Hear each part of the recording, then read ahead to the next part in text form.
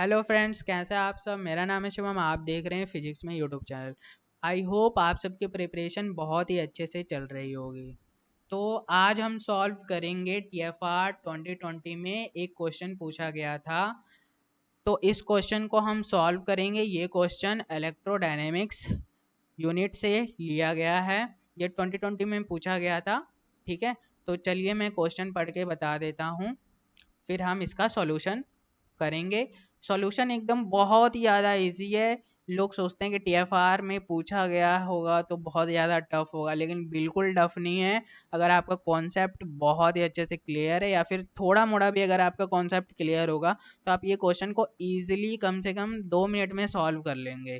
तो चलिए इस क्वेश्चन को पढ़ते हैं। क्वेश्चन में लिखा गया है, consider to concentric spheres of radius A and B। दो क्या हैं, दो स्फीयर्स हैं। पहले स्फीयर्स का रेडियस स्मॉल a है, दूसरे स्फीयर का रेडियस स्मॉल b है। और हाँ, स्मॉल a की वैल्यू स्मॉल b से कम है। The space between two spheres is filled uniformly with total charge q। Total charge q को यानी q चार्ज को क्या किया गया है, यूनिफॉर्मली फिल किया गया है। कहाँ पे फिल किया गया है? क्या ये पूरे के बीच में फिल कर दिया गया है? No no no. कहाँ पर फिल किया है ये बताया है। जो a रेडियस का स्फीयर है और जो b रेडियस का स्फीयर है, उन दोनों के बीच में, ये बीच में बस इतना ही दूरी तक क्या किया गया है, यूनिफॉर्मली इसको फिल किया गया। यूनिफॉर्मली फिल किया गया है, नॉन यूनिफॉर्मली नहीं है। ऐसा नहीं कि यहाँ पे ज़्यादा चार्ज है फिर यहाँ पे कम चार्ज है, यहाँ पे माइनस चार्ज है या फिर यहाँ पे प्लस चार्ज है, ऐसा नहीं है। हर जगह एक समान डिस्ट्रीब्यूशन, मतलब कि एक जैसा डिस्ट्रीब्यूशन किया गया है। ठीक है, तो आगे पढ़ते हैं। The electric field at any point between two spheres.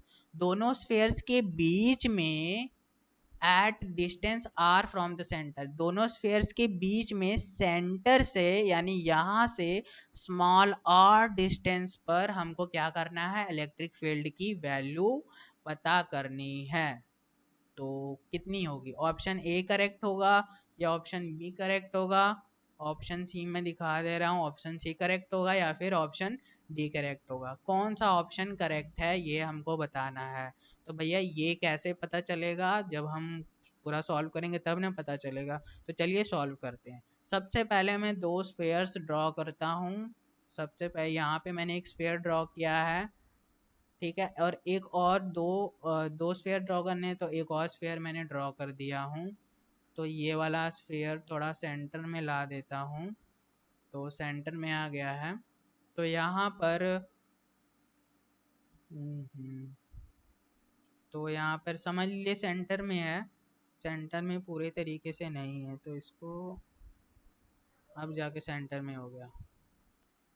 तो यहाँ पर हमको क्या करना है, सबसे पहले इसका रेडियस लिख देंगे। इसका रेडियस क्या है, स्मॉल a है। ये बड़े वाले का रेडियस क्या है, स्मॉल b है। अब हमें यहाँ पर कोई पॉइंट पर सेंटर से यानी यहाँ से r डिस्टेंस पर हमको क्या करना है, फील्ड पता करना है, इलेक्ट्रिक फील्ड। तो हम सबसे पहले क्या करते हैं, गॉसियन सरफेस ड्रॉ करते हैं। तो ये मैंने गॉसियन सरफेस दोनों स्फीयर्स के बीच में ड्रॉ कर दिया है। तो अब ये गॉसियन सरफेस कितना चार्ज एनक्लोज्ड कर रहा है, ये गॉसियन सरफेस कितना चार्ज एनक्लोज्ड कर रहा है ये हमको पता लगाना है। यानी कि यहाँ यहाँ यहाँ यहाँ यहाँ यहाँ कितना चार्ज, पूरा चार्ज तो आपको पता है, ये पूरा चार्ज तो आपको पता है, ये पूरा ये शेडेड रीजन ये सब क्या है, ये सब कैपिटल क्यू है जो कि क्वेश्चन में दिया गया है। लेकिन ये वाला एरिया, मैं कौन से एरिया की बात कर रहा हूँ, मैं ये वाले एरिया की बात कर रहा हूँ। ये वाला एरिया गॉसियन सरफेस जो एरिया कवर करेगा, जो सॉरी गॉसियन सरफेस जो वॉल्यूम कवर करेगा, इस एरिया में कितना चार्ज होगा ये आपको पता लगाना है। तो इसके लिए हम क्या करते हैं, इसके लिए हम फॉर्मूला लगाते हैं Q enclosed। Q enclosed is equal to rho data. क्या लिखते हैं, Q enclosed by Gaussian surface equal to charge density rho और इसका वॉल्यूम इंटीग्रल कर देते हैं। ठीक है, तो सबसे पहले यहाँ पे चार्ज डेंसिटी की हमको जरूरत होगी। चार्ज डेंसिटी क्वेश्चन में नहीं दिया गया है, जबकि दे देना चाहता था उसको, लेकिन कोई बात नहीं, हमारी हेल्प करने के लिए टोटल चार्ज क्यू दिया है और क्या दिया है, और हमें वॉल्यूम दिया है। क्या दिया है? वॉल्यूम दिया है। ये फिगर दिया, फिगर से हम वॉल्यूम निकाल लेंगे। ठीक है, और चार्ज अपॉन वॉल्यूम करेंगे तो हमारा चार्ज डेंसिटी आ जाएगा। तो चार्ज डेंसिटी सबसे पहले रो की वैल्यू में निकाल लेता हूँ। Rho equal to total charge upon ये वाला वॉल्यूम। ये वाला वॉल्यूम कितना होगा?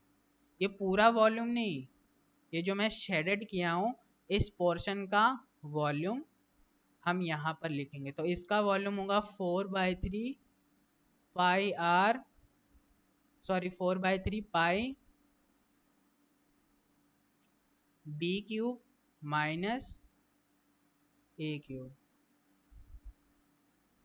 ये हो जाएगा। ठीक है, तो ये हमारा आ गया चार्ज डेंसिटी आ गया।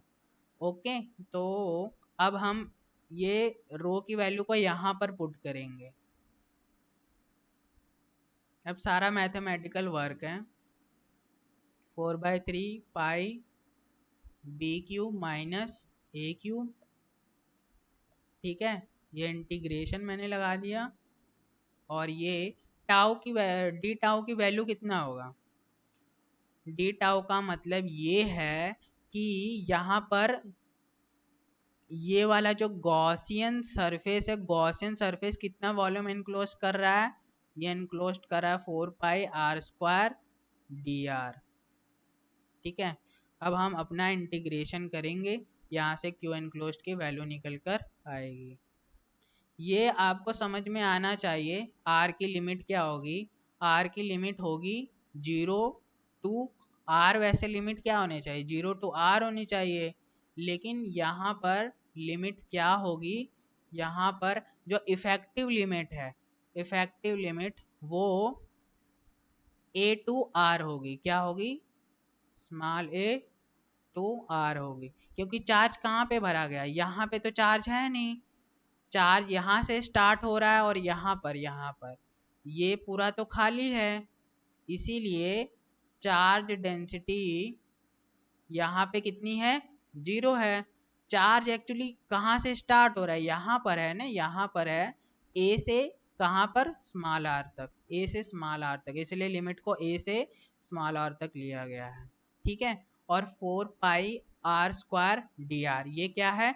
ये वाले स्फीयर का वॉल्यूम है, ये वाले स्फीयर का। गॉसियन सरफेस जो मैंने बनाया है ये कितना वॉल्यूम इनक्लोज करता है? इतना वॉल्यूम इनक्लोज करता है। अब इंटीग्रेशन को हम परफॉर्म करेंगे। सबसे पहले ये जो 3 डिनोमिनेटर में है ये कहाँ चल जाएगा? ये ऊपर चल जाएगा। ठीक है, तो ये 3q हो गया। क्या हो गया? ऊपर ऊपर 3q हो गया। चलिए, सबसे पहले जो कांस्टेंट है उनको बाहर कर लो। उससे पहले ये 4π से 4π कैंसिल हो रहा है, इसको कैंसिल कर दो। तो इंटीग्रेशन ए से क्या हो जाएगा? स्मॉल आर हो जाएगा।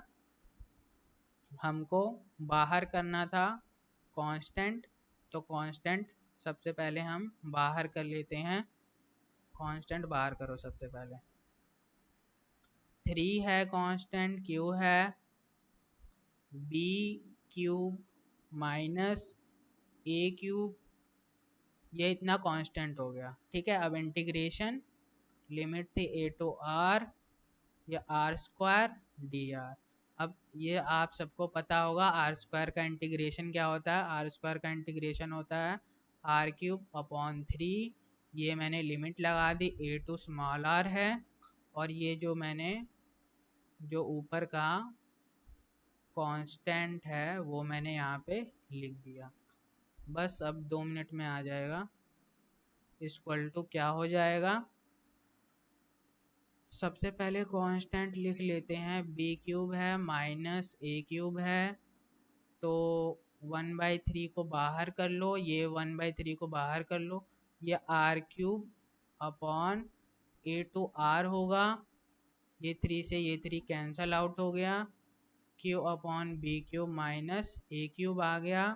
अब ये लिमिट रखेंगे आर क्यूब में तो R cube minus A cube हो जाएगा। ठीक है, तो ये हमारा आ गया क्या, क्यू एनक्लोज्ड, क्यू एनक्लोज्ड आ गया। ठीक है, अब हम इलेक्ट्रिक फील्ड निकाल रहे हैं। इलेक्ट्रिक फील्ड ई इंटू 4 पाई, कितनी दूर सेंटर से निकाल रहे हैं, स्मॉल आर डिस्टेंस दूर निकाल रहे हैं ना। यहाँ पे सेंटर से हम कहाँ पर फील्ड निकाल रहे हैं, सेंटर से स्मॉल आर डिस्टेंस पर फील्ड निकाल रहे हैं।